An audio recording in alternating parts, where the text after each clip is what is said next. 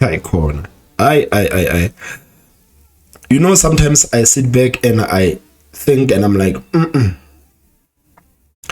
Can you imagine how frustrating it is to be a leader of a political party in South Africa? Can you imagine having to campaign to South Africans, knowing very well how ignorant South Africans are, how uneducated South Africans are, and how easily intrigued South Africans are by racial and identity politics? Can you imagine how frustrating it is having to campaign to these people? At this point, talking to South Africans is like talking to a bunch of brick walls. It's like talking to brick walls. The ANC is standing there, looking South Africans in the eye, spitting in their faces, and South Africans are not betting an eye. They still want to vote for the African National Congress. They are still considering voting for the African National Congress. Despite their horrible, well-documented track record, people still want to vote for the African National Congress. I cannot imagine how frustrating it is to be a leader of a political party right now, trying to convince these people that, man, what is it that you need from the African National Congress? What is it that the African National Congress needs to do before the people of this country say, man, it's enough. We are sick and tired of you guys at this point. It's enough. I mean, if the ANC wins the elections again right now in a couple of months, then clearly there's no hope for South Africa. Clearly there's no hope for South Africa, man. If ANC wins these elections, I'm coming on this platform, man, and I'm advocating for Cape independence. I don't care. I'm advocating for Cape independence, man. I am not even surprised that some people, man, are already campaigning for Cape independence. Because people can actually see that, man, the people of this country, majority of poor people in this country, they do not want any change.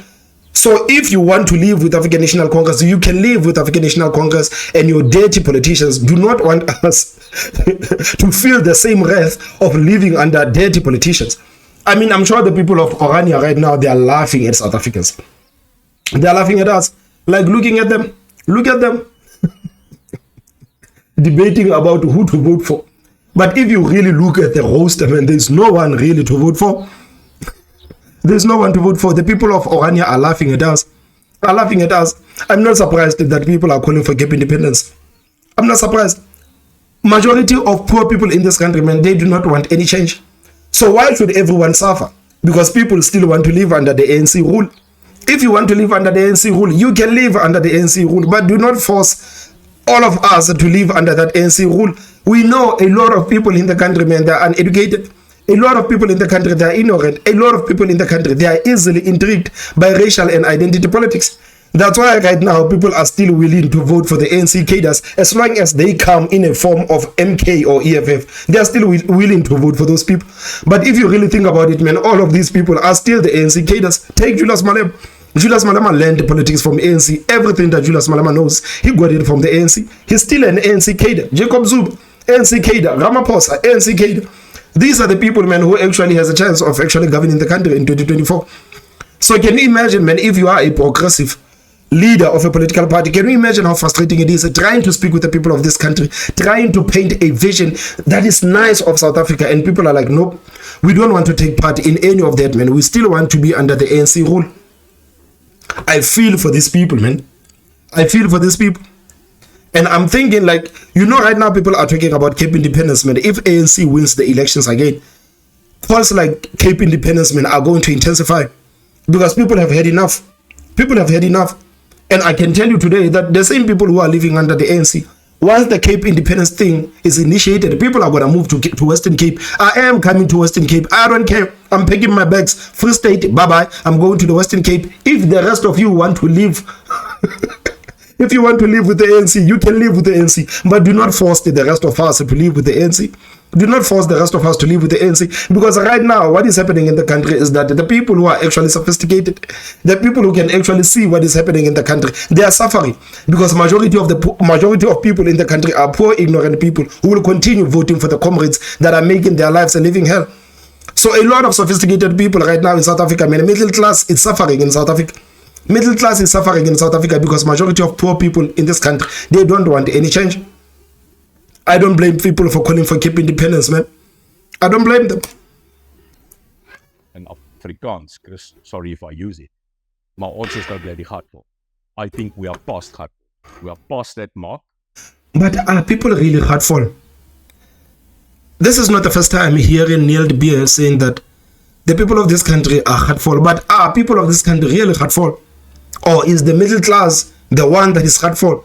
Because I can tell you today, majority of poor people in this country, man, they're not heartful. They're not heartful. They're still saying they're going to vote for the ANC. Go online. Go online and listen to the people, man. Talk to the people on the ground. People are telling me that, Thomas, man, there's no other political party I can vote for. People are like, Thomas, which party should I vote for? If I don't vote for the ANC, which party should I vote for? So are people in this country heartful? Or is the middle class heartful? Or people who can actually see what is happening in the country are the ones who are actually heartful? But the majority of the people in the country, man, they are still okay with what is happening. And that is the problem. That is the problem. And that is the problem that the middle class is having. Poor people in this country are making terrible decisions. And the middle class is having to pay for all of that. It's having to pay for all of that. People are making babies, knowing very well that they are not working. But they have children, not one child. They have children. They have children. And the working class will have to pay for that social grant. For that social grant. The ANC has done a terrible job, but they cannot even keep the lights on in the country at this point. Companies are leaving. People are losing their jobs. Guess what? The middle class will have to pay these people again for the 350s. The middle class in South Africa is suffocating. The middle class is suffocating, man. And I can tell you today, man, like, if the ANC wins the elections again, the calls for the Cape Independence is going to intensify. And I don't think Cape Independence is only going to be the only one. I think a couple of places will be like, man, we want nothing to do with the ANC anymore. If you want to live with the ANC, you can live with the ANC. But do not force the rest of us to actually live with the ANC. If you want to live with the ANC, it's fine. You can live with them. Man, the people of Orania at this point, man, I'm sure they're laughing at us. I'm sure the people of Orania, they're laughing at us like, man, look at these people, man. Look at these people debating about who to vote for besides Ramaphosa and Malema and whatever and whatever. Look at these people. To stop anything from the ANC. So they will not to stop it, but I'll tell you something. In Afrikaans, Chris, sorry if I use it. Maar ons is nou bloody hard. I think we are past hard. We are past that mark of taking this abuse because that's what this country has suffered. Clear, systematic abuse. So I doubt if they will try and postpone these elections. But what I do know, and I've said this many, I mean, if you listen to people like Niel, you listen to what he wants. You listen to the other leaders of opposition parties, man. You listen to all of these people, man. You look at South Africans, you're like, man, South Africans are brick walls. There is no need to campaign to South Africans, man. There is nothing that you're going to say to these people that is actually going to change the minds of these people. It is so unfortunate, man. It is so unfortunate. It is so unfortunate. So let's carry on and let's start calling for the independence of such and such place. Let's start calling for the independence of such and such place, man. I think at this point, man, we really need to be clear as South Africans. We really need to say, guys, if you want to live under the ANC rule, you can go and live there under the ANC rule, but do not force the whole country to live under the ANC rule. Because I can tell you today, if a Cape Independence passes, middle class is flocking to Cape Town. All of them, they are flocking to Cape Town. These people, man, they are not going to take, they're not to take care of all these poor people in the country. People will flock to Cape Town if that whole thing of Cape Independence actually happens. They will flock there because they are sick and tired of taking care of people who cannot even vote right. Ignorant people who keep making stupid decisions. Now they have to take care of them. They are taking care of them. So I'm telling you, just wait and see if that whole thing of Cape Independence actually happens. You're gonna see a lot of people are actually gonna move. They're going to move. The middle class, man, is suffocating. The middle class is suffocating in the country. They are paying for everything. They are paying for everything. They are paying for NSFAS. They are paying for the social grant. They are paying for the Ramaphosa. They are paying for everything. They are suffocating right now.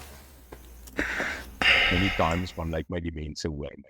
I don't know if you know, the secret of the ANC's victory has actually got nothing, Chris, to do with politics.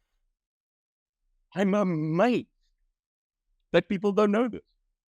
I don't know if you know it. Here's the secret unveiled on BizNews. The ANC, during election time and election day, they do not do politics, Chris. They don't do politics during that time. They do logistics. Shall I say that again? When the African National Congress goes to election day, they put politics aside and they focus on only one thing: logistics. The total focus of the ANC on election day is to move more than 5 million people to the election center and back.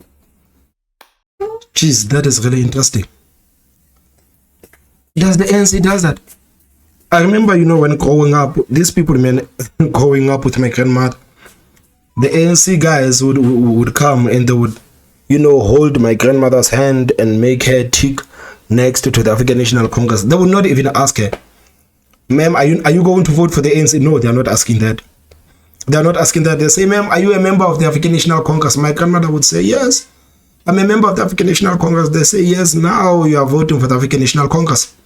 So I actually believe Mr. Niel when he says that, man, the African National Congress, they don't care about actually people vote. They care about the logistics because they are moving people around to go to the polls and vote for them. It makes sense to me, honestly. The total focus of the ANC on an election day is to move more than 5 million people to the election center and back. So how would the multi-party charter counter that? In addition, fire with fire. The Western aptitude of rallies and rah-rah and standing. And that is a very good question, man. How can opposition parties actually campaign with? How can they actually compete with that? Because we know the ANC, most of the time, we know these people are using the taxpayers' money to campaign and to do all sorts of things. So how can opposition parties actually compete with the ANC if this is exactly what they are doing? Because to me, it makes sense. It makes sense that, okay, during election day, these people, men, are simply focused on logistics, moving people around, making sure that, guys, we're going to move a certain number of people, making sure these people are voting for the African National Congress, and that thing is going to keep us in power. But the ANC can do that because they are the governing party, and these people, how they abuse the taxpayers. But how can opposition parties actually compete with that? How can they compete with that? On election day and making speeches. It does not work in South Africa. It's never worked, and it won't work until we educate the people of this country to a certain level, because that's also what the ANC failed. How are you going to educate the people? This is something that I've heard a lot of political parties talking about, talking about educating people about the election. How are political parties actually going to educate the people? If you already have a nation that is filled with people who are already uneducated, how are you going to educate these people about politics? Because first of all, they are not interested about politics. They are not interested about talking politics. They are not interested about anything that has to do with politics. So how are we actually going to educate people, man? This is why I'm like, sometimes I think that maybe South Africans is broken beyond repair. Maybe this country is broken beyond repair. Because if the people do not care about politics, how are we actually going to teach them about politics? We cannot teach them about something they hate. They don't want anything to do with politics. So how can we actually teach them? And it is a very practical solution to educate people about these things. It is a very practical solution from Mr. De Beer. Very practical. But how is it going to be done? Can it be done? Can it be done?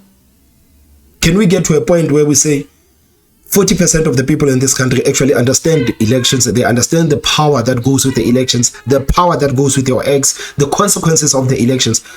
Can we get our country, is it even possible? Is it even possible?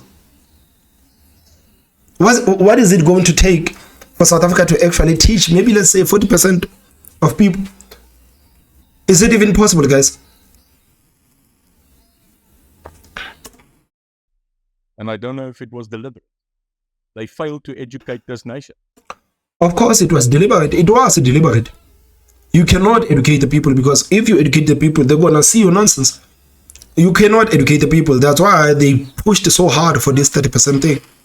They've pushed so hard for this 30% thing. Right now, you have a nation filled with people who are uneducated, because we know, guys, let's be honest, 30% you are as good as uneducated. If you are passed with 30%, you're as good as uneducated. Let's tell the truth right now. So, of course, it was deliberate. They knew exactly what they were doing. They knew that at a certain point, these people, men, will not have jobs. These people will be earning social grants. And these people, men, will not be critical thinkers. They cannot even apply the critical thinking skills, because they are not used to thinking. They are not used to thinking. So it was a ploy for them since 1994. They knew what they wanted to do since 1994. They knew. Now they are reaping the rewards of actually miseducating the people. It was a deliberate. It is not a question, it was a deliberate. Because an educated nation does not make a election decision emotionally. They make it with their mind. They make it with choice, because they are educated. And it is hard for South Africans not to make their decisions emotionally, because they are so attached to racial and identity politics. And that has nothing to do with rationality. It has nothing to do with the policy. It is always about the emotion. Racial politics, identity politics, it's about the emotion. It has nothing to do with the track record of the people. That's why people are running around today screaming the name of Jacob Zuma, simply because they love Jacob Zuma. Not because Jacob Zuma was a better president than Ramaphosa. Not because Jacob Zuma actually handled things better. No. They simply love Jacob Zuma. They love Jacob Zuma. They don't care about his terrible track record. They don't care about that. They love him. They love him. They say that he's charismatic. And this is the reason that they are following him. It is easy, man, for politicians in South Africa. It is easy for politicians in South Africa, man, to rile up people. It is easy. Simply play racial politics, play identity politics. People will forget about everything that is happening around them. They will forget about everything that is happening around them. Just watch the mainstream media right now. Sit back and watch the type of content that is coming on television right now. They are going to play those apartheid movies, apartheid documentaries. Before you even know it, people will go to the polls thinking that, guys, we cannot vote for a white man, because if you dare voting for a white man, apartheid is coming back. This is the type of manipulation they are playing. You're gonna see that type of content. You're gonna see it on social media. You're gonna see it on television. They know a lot of people, men, are watching television. So if they put these apartheid movies on television, they are simply playing to the people's emotion. It has nothing to do with the track record. It has nothing to do with the policies that they are actually implementing. It has everything to do with the emotions, to rile up people's emotions, make people think about apartheid, make people think that white people are the worst things to ever happen to this country. Before you know it, people will go to the polls thinking about all of these things, thinking about apartheid, thinking about white people chasing black people, you know, those Afrikaners whipping black people, black children. People will be thinking about those things before the elections, and they are going to go to the polls emotionally. They will go to the polls emotionally. They know South Africans are easily intrigued by that.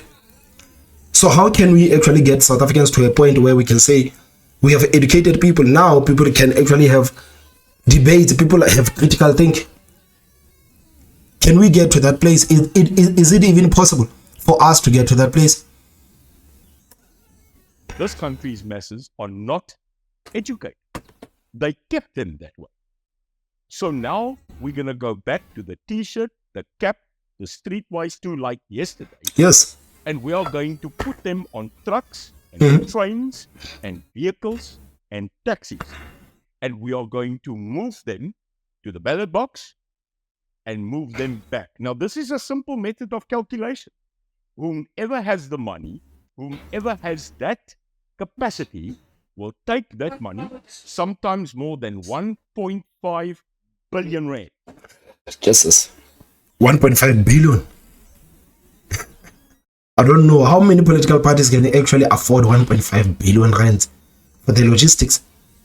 1.5 billion. 1.5 billion. Jeez. That's what it costs. They take that cash, that 1.5, 1.6 billion rand, and they distribute it to the provinces. They then get their people ready, they put them in T-shirts, they funnel them into buses, and they move them, Chris, in one day. And that's how the ANC got that stadium this weekend filled with 45,000 people. More than 200 to 300 buses came from across the country. That's how they do it. So when I speak and I talk to the multi-party charter, I talk to our people, I talk to my party, it's about numbers. This is not about politics. The masses that are coming in to vote have no idea at times what is even on the manifesto of the ANC. Just like the people of MK, they don't even know what the party stands for. They don't know the president of the party. They don't know the leadership of the leadership structure of the party. The party has no manifesto. It has nothing. But they are simply following the man. Simply following the man. They don't care. What they care about is that day that they get food, that they get transport, and then they're going to make their cross. This is it. This is the truth, Kurt. We must not bluff ourselves that we are running a Eurocentric, modern, Western society elections here. That doesn't work in this country. So the multi-party charter and any other party that wants to equal that movement and logistical plan of the ANC for the past 5 elections, they have to get up, they have to ask for the money, they have to ask for the funding, they have to put it in place and equal that logistical move. But this is logic. Now that I've told you, I think now a lot of people are going to go, it's logistics. And Jeez.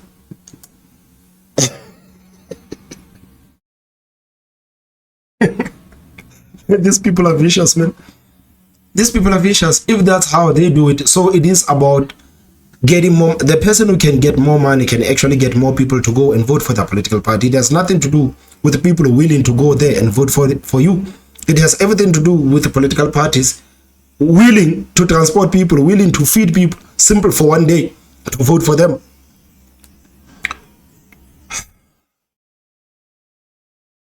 But I still don't think a lot of political parties can actually achieve this, man. I don't think a lot of political parties can actually achieve this. Because they do not have the abundance of taxpayers' money. They are relying on the people to vote for them because the people believe in them, people believe in their policies. But in terms of logistics, man, if this is exactly how it happens, then clearly South Africa, it's in a way bigger problem than we actually thought. South Africa is in much, much, much deeper than I actually thought. So they simply just move people around. They move people around, but we know that, of course, they use taxpayers' money. Of course, they use taxpayers' money.